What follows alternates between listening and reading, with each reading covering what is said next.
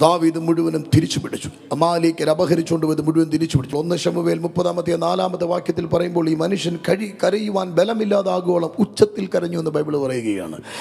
ആമേൻ. സിഗ്ലാക്കിൽ യുദ്ധം ചെയ്ത് മടങ്ങി വന്നപ്പോൾ തൻ്റെ പുത്രന്മാരെയും പുത്രിമാരെയും ഭാര്യമാരെയും എല്ലാം അപഹരിച്ചുകൊണ്ടുപോയി. ആരുടെ? ദാവീദിനെ മാത്രമല്ല, കൂടെ യുദ്ധം ചെയ്ത സകല പടയാളികളുടെയും കുടുംബത്തെ തകർത്ത് കളഞ്ഞു. പട്ടണത്തെ തീ കൊണ്ട് നശിപ്പിച്ചു.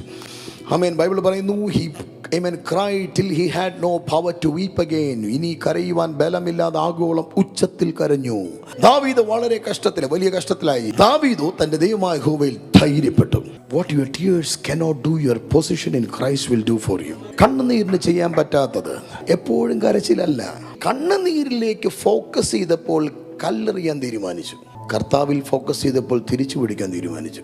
കണ്ണുനീരിൽ ഫോക്കസ് ചെയ്തപ്പോൾ കൂടെ ഉണ്ടായിരുന്ന സകല വ്യക്തികൾ നിങ്ങൾ കാരണമാണ് സംഭവിച്ചതെന്ന് പറഞ്ഞ് തന്നെ നേരെ തിരിഞ്ഞ് കൊല്ലാൻ തീരുമാനിച്ചപ്പോൾ, ഹല്ലേലൂയ, ബൈബിൾ പറയുന്നു, ദാവീദ് തൻ്റെ ദൈവമായ യഹോവയിൽ ശക്തിപ്പെട്ടു.